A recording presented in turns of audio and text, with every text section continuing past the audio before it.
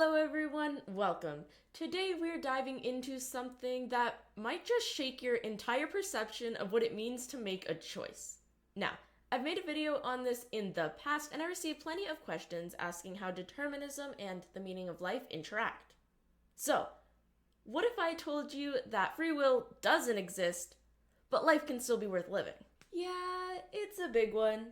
So take a seat and let's get into it. Picture this. You're out for a walk and you decide to turn left instead of right. Or maybe you start with your right foot instead of your left. Sure, feels like you're in control, right?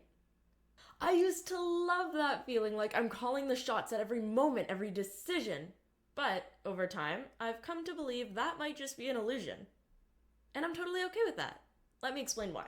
I'm what you'd call a hard determinist. That means that I think free will, the idea that you could have picked differently given the exact same scenario, does not exist. Now, for a quick little scenario, say you're at an ice cream shop trying to pick between chocolate and strawberry. You opt for chocolate.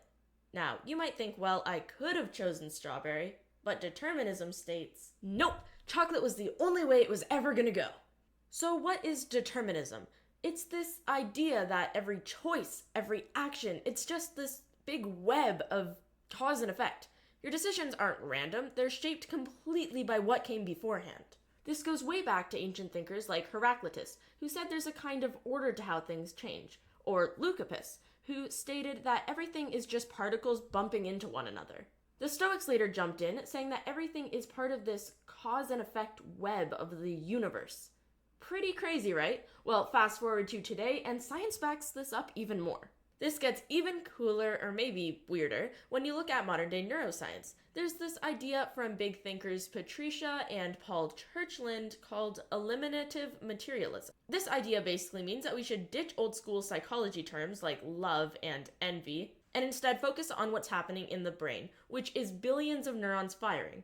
See, that's what's really driving you. So therefore, the treatment should be focused on the root, which is your brain. Kinda makes you rethink therapy.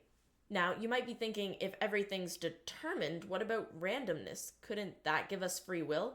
Well, here's the deal. Science hasn't found any true solid proof of randomness. Quantum physics gets a little weird, sure, but even if there's random stuff happening at that level, it doesn't equate to free will. Unpredictability doesn't equal agency.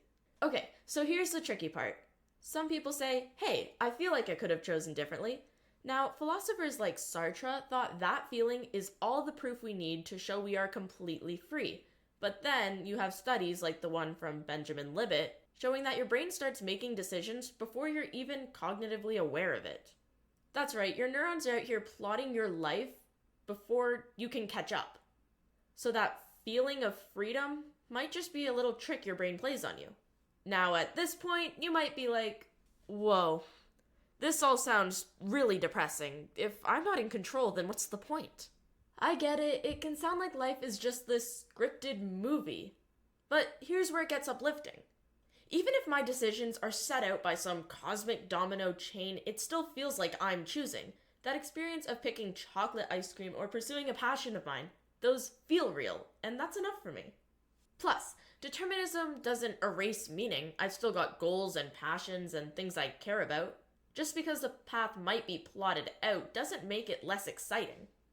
One of my favorite thinkers, Nietzsche, had this idea called amor fati, which translates to love of fate.